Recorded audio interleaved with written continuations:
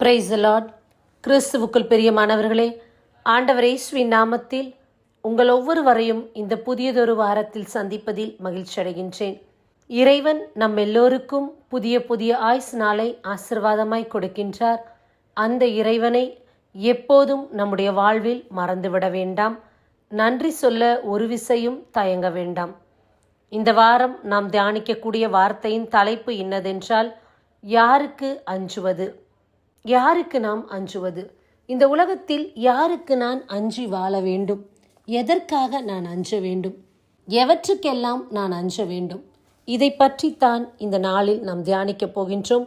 இதற்காக நாம் எடுத்துக்கொண்ட வேத பகுதி 1 சாமுவேல் அதிகாரம் 12 இறைவார்த்தை 24. ஆண்டவருக்கு மட்டும் அஞ்சி நடந்து உங்கள் முழு மனதோடு உண்மையாகவே அவருக்கு ஊழியம் செய்யுங்கள். பிரியமானவர்களே, மிக அருமையான வார்த்தை. யாருக்கு நாம் அஞ்ச வேண்டும் என்ற வார்த்தைக்கான பதில் இங்கே இருக்கின்றது. ஆண்டவருக்கு மட்டும் அஞ்சி நடக்க வேண்டுமாம். ஆனால் இன்றைக்கு உலக பிரகாரமாக நம்மில் அநேகர் யாருக்கு அஞ்சி வாழ்ந்து கொண்டிருக்கின்றோம்? அஞ்சி நடப்பது என்றால் பயந்து நடப்பது, நேரிய பாதையில் செல்வது, இறைவன் என்னை பார்க்கின்றார் என்ற ஒரு அச்ச உணர்வு. இன்றைக்கு எதற்காக நாம் பயப்படுகின்றோம்? யாருக்கெல்லாம் அஞ்சி வாழ்ந்து கொண்டிருக்கின்றோம்?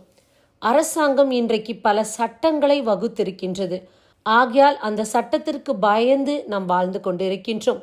இன்றைக்கு இப்படிப்பட்ட சட்டங்கள் இருக்கின்றது, இதை மீறினால் நாம் தண்டிக்கப்படுவோம் என்று அப்படிப்பட்ட பயத்தோடு மனிதனுக்கு பயந்துதான் இன்றைக்கு வாழ்ந்து கொண்டிருக்கின்றோமே தவிர ஆண்டவருக்கு பயந்து நாம் வாழ்வதில்லை. நம்மை போல ஒரு சக மனிதன் போட்டிருக்கக்கூடிய சட்டத்திற்கு பயந்து வாழ்கின்றோம்.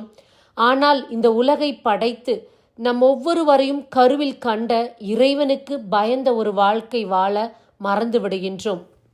மனிதன் போட்டு வைத்த சட்டத்திற்கு அவன் தண்டனை கொடுத்து விடுவான், உடனடியாக தண்டனை கிடைத்துவிடும்.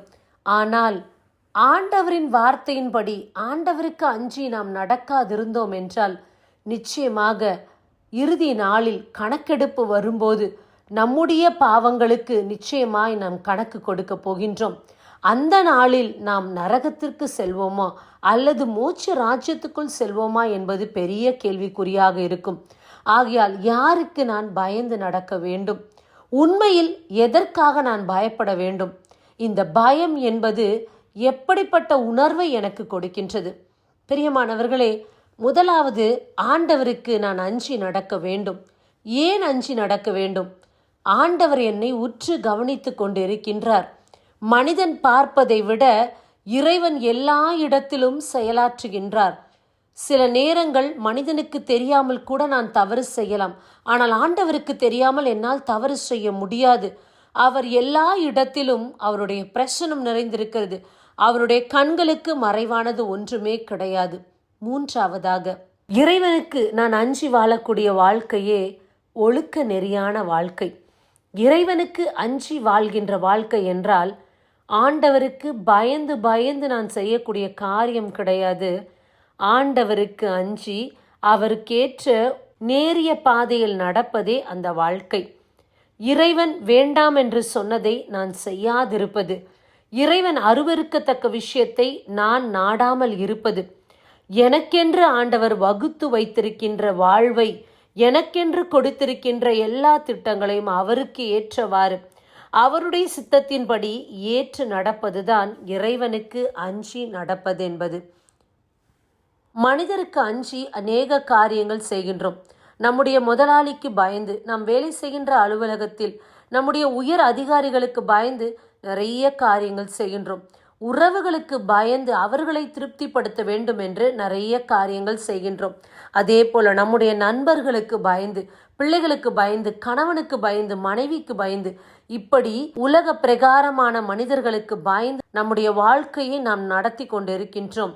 ஆனால் இவற்றுக்கு மேலாக ஆண்டவருக்கு மட்டும் நீங்கள் அஞ்சி நடந்தால் போதும். மற்ற எல்லா காரியங்களும் நேரிய பாதையில் சீராக செல்லும். ஏனென்றால் இறைவன் நம்முடைய வாழ்வை எவ்வாறு நாம் நடத்த வேண்டும் என்று அவர் திட்டமிட்டு வைத்திருக்கின்றார். அவர் நமக்கு வழிகளை சொல்லியிருக்கின்றார். அவர் நமக்கு கட்டளைகள் கொடுத்திருக்கின்றார். அதன்படி மட்டும் வாழ்ந்தால் போதும்.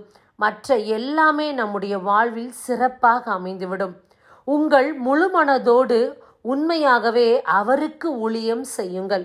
இன்றைக்கு நாம் யார் யாருக்கோ ஊழியம் செய்து கொண்டிருக்கின்றோம், யார் யாரையோ புகழ்ந்து பேசிக் கொண்டிருக்கின்றோம், எதையோ நாடிக்கொண்டிருக்கின்றோம், அவர்களுக்கெல்லாம் நாம் பிரச்சாரம் செய்து கொண்டிருக்கின்றோம். உண்மையாகவே நாம் யாருக்கு ஊழியம் செய்ய வேண்டுமோ அவருக்கு செய்யாது மறந்த ஒரு வாழ்க்கை வாழ்ந்து கொண்டிருக்கின்றோம். பிரியமானவர்களே, உங்களை ஆசீர்வாதமாய் நடத்தி கொண்டிருப்பவர், உங்களை உயிரோடு காத்து கொண்டிருப்பவர், ஒவ்வொரு நாளும் உங்கள் தேவைகளை சந்திக்கின்றவர், அவருக்கு நீங்கள் ஊழியம் செய்யாமல், அவருக்கு நீங்கள் சாட்சி பகராமல் யார் யாருக்கோ இன்றைக்கு சாட்சி பகிர்ந்து கொண்டிருக்கின்றீர்கள். யார் யாரையோ உங்கள் நாவினால் புகழ்ந்து பேசி கொண்டிருக்கின்றீர்கள். சில பல காரியங்கள் நடக்க வேண்டும் என்று அற்ப மனிதனை நீங்கள் உயர்வாக பேசி கொண்டிருக்கின்றீர்கள். ஆனால் உங்களை படைத்த ஆண்டவர் இன்று வரையிலும் உங்களை நடத்தி கொண்டிருக்கிறார். அவருக்கு நீங்கள் என்றைக்காவது உண்மையாக ஊழியம் செய்திருக்கின்றீர்களா? ஒரு வார்த்தை அவருடைய நாம மகிமைக்காக, ஒரு சில காரியங்கள் அவருக்கு சாட்சியான ஒரு வாழ்வு வாழ்வதற்காக என்றைக்காவது முயற்சி எடுத்திருக்கின்றோமா? எத்தனையோ ஆசீர்வாதங்களை இறைவன் கொடுத்திருக்கின்றார், எத்தனையோ அற்புதங்களை ஆண்டவர் செய்திருக்கின்றார். ஆனாலும் நம்மில் அநேகர் அதை சாட்சி சொல்ல நம்முடைய நாவுகள் எழும்புவது கிடையாது. ஆனால் மனிதனை புகழ்வதற்கு உடனடியாக நாம் செல்கின்றோம். ஏதோ ஒரு காரியம் நடக்க வேண்டும் என்று, அவருடைய தயவு வேண்டும் என்று மனிதனுக்கு நாம் இவ்வாறு ஊழியம் செய்கிறோமே தவிர, நம்மை காக்கிற இறைவனுக்கு, நம்முடைய வாழ்வில் அற்புதங்கள் செய்த இறைவனுக்கு நாம் என்றைக்காவது ஊழியம் செய்திருக்கிறோமோ? அவரை பற்றி சாட்சி சொல்லியிருக்கின்றோமா? ஒரு சிலர் சொல்லியிருக்கலாம், ஆனால் இன்றைக்கு அநேகர் கேள்விக்குறியோடு தான் நாம் வாழ்ந்து கொண்டிருக்கிறோம். அதை சொல்ல வெட்கப்படுகின்றோம். இதையெல்லாம் நான் சொல்வதா? இதெல்லாம் இவர்களுக்கு தெரிந்து விடுமே என்று பல காரியங்களை நாம் மறைத்து விடுகின்றோம். பிரியமானவர்களே, இன்றைக்கு ஆண்டவர் உங்களுக்கு மறைவாக செய்ததை நீங்கள் வெளிப்படையாக சொல்லுங்கள்.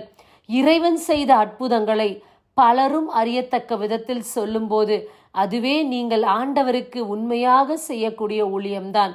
உங்களுடைய வாழ்வில் அற்புதத்தை செய்த இறைவன் இதோ கேட்கிற மனிதருடைய வாழ்வில் அந்த அற்புதத்தை செய்ய மாட்டாரா என்று அவர்களுடைய வாழ்வில் நீங்கள் விசுவாசத்தை விதைக்கின்றீர்கள். அந்த விதையே அவர்களுடைய வாழ்வுக்கு அச்சாணியாக இருக்கின்றது. ஒரு புதிய நம்பிக்கையை அவர்களுக்கு கொடுக்கின்றது, தைரியத்தை கொடுக்கின்றது. இவ்வாறாகத்தான் நீங்கள் ஆண்டவருக்கு ஊழியம் செய்ய முடியும். நீங்கள் விவிலியத்தை எடுத்துக்கொண்டு ஊர் ஊராகவோ தெரு தெருவாகவோ சொல்ல வேண்டும் என்பது கூட கிடையாது. சின்னஞ்சிறியவருள் எவருக்காவது ஆண்டவரை பற்றி நீங்கள் சொன்னீர்கள் என்றால் அதுவே ஆண்டவருக்கு செய்யக்கூடிய ஊழியமாகத்தான் இருக்கும். ஆண்டவருடைய நாம மகிமைக்காக உங்கள் வாழ்வில் ஆண்டவர் செய்த அற்புதங்களை நீங்கள் பகிரங்கமாய் சொல்லும்போது அந்த கூட்டத்தில் இருக்கக்கூடிய ஒரு நபருடைய அவிசுவாசத்தை நீங்கள் விசுவாசமாய் மாற்றுகிறீர்கள். ஒரு நபருடைய நம்பிக்கை குறைவை நீங்கள் பல மடங்கு நம்பிக்கையாக மாற்றுகிறீர்கள். இதுதான் ஆண்டவருக்கு செய்யக்கூடிய ஊழியமாக இருக்கின்றது. இந்த நாளில் இறைவனுக்கு அஞ்சிய ஒரு வாழ்க்கை வாழுவோம். மனிதனுக்கு அஞ்சுவதை விட ஆண்டவருக்கு பயந்த ஒரு வாழ்க்கை வாழும்போது உங்கள் குடும்பம் சிறப்பாக இருக்கும், உங்கள் சந்ததிகள் ஆசீர்வாதமாய் இருக்கும். உங்கள் வாழ்வை பார்க்கக்கூடிய உங்கள் பிள்ளைகளும் அதே பாதையை அவர்கள் பின்தொடர்ந்து வாழ்வார்கள். இதுதான் சாட்சியான வாழ்க்கை. இதுதான் நீங்கள் ஆண்டவருக்கு செய்யக்கூடிய உண்மையான ஊழியமாக இருக்கும். உங்கள் குடும்பத்தை பார்க்கும்போது பல குடும்பங்கள் அதை பின்பற்றக்கூடிய ஒரு தருணத்தை நீங்கள் கொடுக்கின்றீர்கள். அன்பார்ந்தவர்களே, இதுவரையில் இதை நாம் கடைபிடிக்காதிருந்தால் இனி நம்முடைய வாழ்வில் கடைபிடிப்போம். இறைவனுக்கு மட்டும் பயந்த ஒரு வாழ்க்கை வாழுவோம். அவருக்கு பிடித்த காரியங்களை மட்டும் செய்வோம். உலக பிரகாரமான நபர்களை திருப்திப்படுத்துவதோ, அவருக்கு ஏற்றவாறு நடப்பதோ, 2 முகமான ஒரு வாழ்க்கை வாழ்வதோ, இப்படிப்பட்ட போலித்தனமான நெறிகளை நாம் விட்டுவிட்டு ஆண்டவருக்கு பிரியமான உண்மையான பாதையை தெரிந்து கொள்வோம்.